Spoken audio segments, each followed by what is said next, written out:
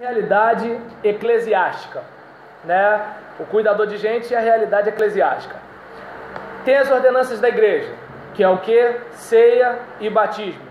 Então, nesse caso, seja ministrando a ceia, ministrando louvor, ministrando em qualquer outra área na ceia do Senhor, cabe a cada ministro reverência com alegria e a responsabilidade na transmissão desse cuidado à congregação.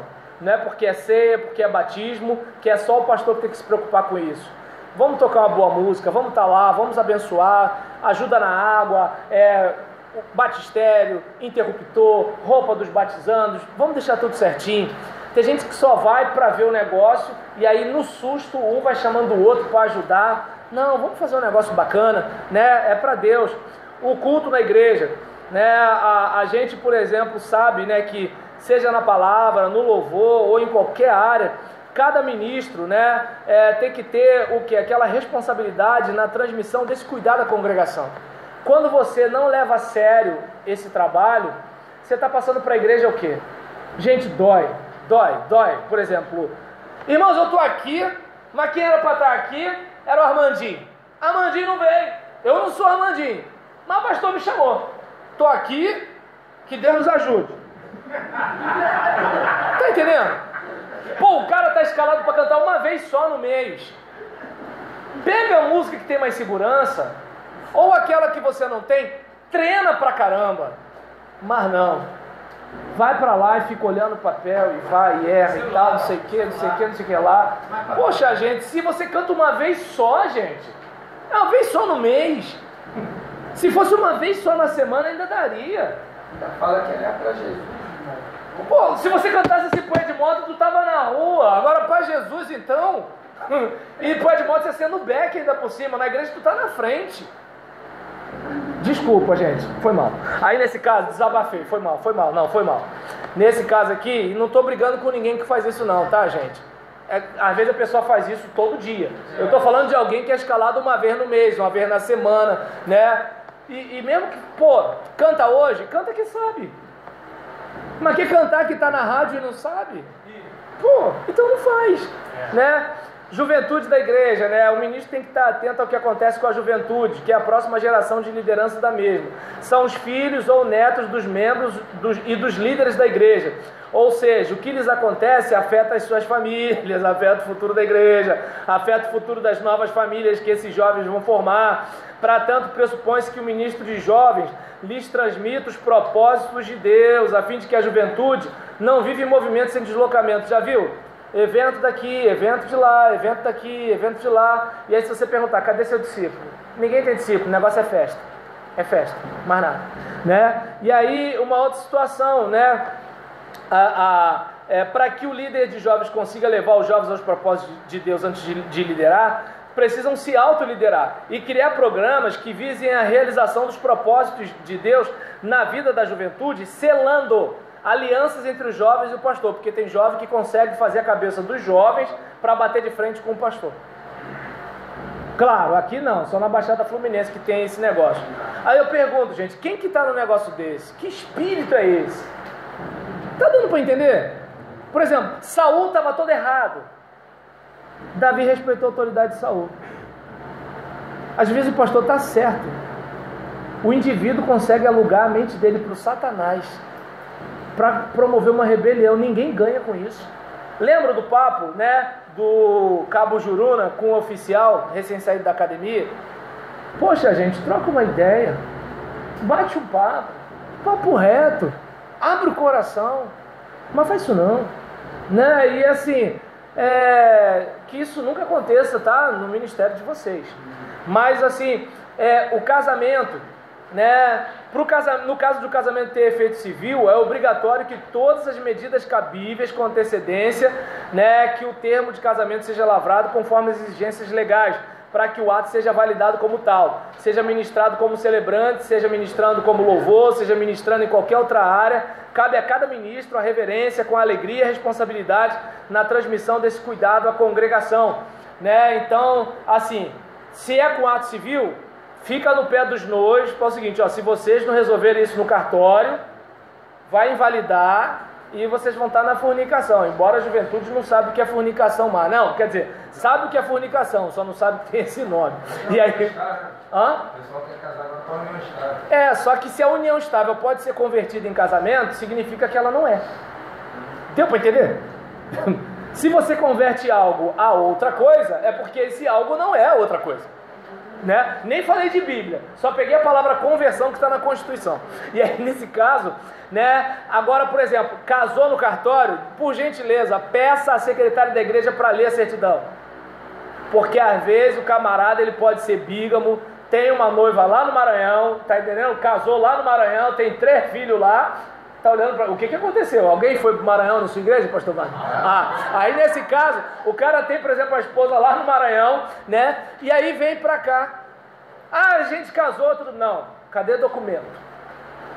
Eu esqueci. Não, vai buscar. Pô, mas o casamento é lá no hotel, no sítio, não sei o que. Vai buscar. Não, vamos ler. A congregação vai ler essa certidão, tá maluco? O pessoal tem que saber isso aqui. Porque senão isso acontece, seu ministro. Fica na tua conta. E aí nisso, bodas de ouro e bodas de prata, a mesma situação, né? O funeral, né? Em momentos como esse, o ministro deve se certificar dos dados do falecido. Eu, por exemplo, já ministrei num culto fúnebre que eu não sabia o nome da mãe do diácono da minha igreja. E a coragem de perguntar? Eu fiquei, não, porque essa moça, essa senhora, essa vida, tão dedicada, não sei o que lá. Falei, não adianta.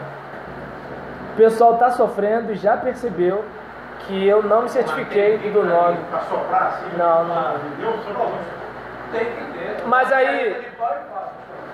Mas aí eu não sei se dá para perceber, Deus, que é o seguinte. Primeiro que eu não tinha um auxiliar como você. O cabo Juruna da nossa turma. O auxiliar do pastor Daniel. Chega devagar. E aí acontece. Aí em relação, Daniel já levanta logo a Bíblia. Eu estou com a palavra. Eu estou com a palavra. E aí nesse caso, e aí nisso, vou morrer, entendeu? Aí nesse caso, em relação a essa situação, né, a respeito disso, eu não sei se dá para observar que assim, eu não vou botar, Delcio, na conta de ninguém. Assim, tudo bem, seria legal se alguém me lembrasse. Mas vou botar na minha, ou seja, eu tinha que ter me certificado. Eu tinha que ter feito isso. Entende? Eu tinha que ter feito isso. E me dói lembrar que isso aconteceu, né? Mas o que eu fiz? Eu pensei, vou pedir desculpa, acho que vai ficar pior ainda. Aí eu deixei a água correr, entendeu? Mas tem que pode, até você vai lembrar, você de repente pode lembrar e você confundir com outra pessoa que tem um nome parecido, você ficar conhecido e falar. Às vezes até aquele nome mesmo, para você perceber, será que é isso aqui? Wagner, bota a mão na minha cabeça, quero pegar um som de ter um auxiliar desse, eu quero um Juruna. Porque lá na igreja a gente tem um hábito assim de Tá sempre... dando olha aí, ó. Eu já ia olhar para a Nelci e falar assim, viu, Nelci? Lá é desse jeito. Então, a questão da gente certificar o nome da pessoa, né? E detalhe, não pense que não sou pastor. Gente, na hora, o pessoal no sufoco sabe que você é crente, vai te chamar. Às vezes até reunião de família. Você nem tem condições de ministrar, porque é teu parente, mas você é o crente.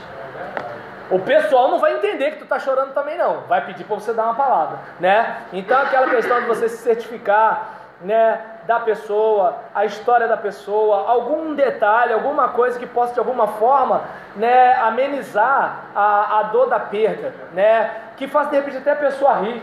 Eu, por exemplo, falei sobre coça que a pessoa deu no fulano quando era criança, aí maior clima de velório, o pessoal rindo, né? Então você já dá uma aliviada, né? Imagina você ver o filho do falecido rindo, né? Quando você fala de uma coisa com o pai dele morto ali. Então é importante a gente lembrar disso, por quê? Porque hoje é ele, cara, amanhã é você. É importante calçar o sapato de alguém, né? Eu pelo menos tenho a minha própria experiência. Eu lembro que quando tá ali descendo o caixão com o corpo da minha mãe, eu estava chorando no peito de um pastor que eu tinha feito o sepultamento da mãe dele, estava confortando a mãe dele meses atrás. e duas irmãs que estavam me olhando assim, uma de mão dada assim, cruzada com a outra, me olhando, né, como se assim, como é que ele está sofrendo? Eu sepultei as duas mães dela. E toda vez que eu lembro dessa cena, né, do pastor que estava me confortando, que o confortei lá atrás, das duas irmãs que estavam lá me apoiando, eu apoiei, eu pensei assim, desse jeito, gente, o mundo dá volta. Não joga caco de vidro no chão não, porque você pode voltar descalço. E aí nesse caso, né, a importância de você apoiar os funerais. Tem gente que só vai nos funerais. Ixi, Jesus, desculpa, gente, desculpa. Vou terminar já, né? Tem gente que só vai nos funerais, né, quando é assim, amigo, fechamento, né, tal. Não, gente. Vai de preferência naquele novo convertido que ninguém conhece, naquele cara que estava se libertando da cachaça, que não tem quase ninguém. Vai nesse pessoal, né? A questão de se preparar para a ordenação e consagração de oficiais, visita e aconselhamento, né? Apoiar a organização, né, de novas igrejas, a questão das relações sociais, né, que a gente possa ter uma interação recíproca, né, influenciando e sendo influenciado pelas pessoas, que a gente possa desenvolver hábitos que contribuam para influenciar positivamente as pessoas com quem a gente se relaciona, a gente derrubar os preconceitos interdenominacionais. É aquele caso, tem coisa que eu não comungo da Assembleia de Deus, mas existem coisas que eles têm de virtude que não tem de virtude na minha denominação. Existem coisas que eu não comungo dos presbiterianos, mas que eles têm de virtudes que eu não tenho de virtude na minha denominação. Então vamos olhar o melhor. Existem coisas que a gente pode aprender até com outras religiões. Por exemplo, o filho de santo, olha o respeito que ele tem com sua Ialorixá, com seu Babalorixá.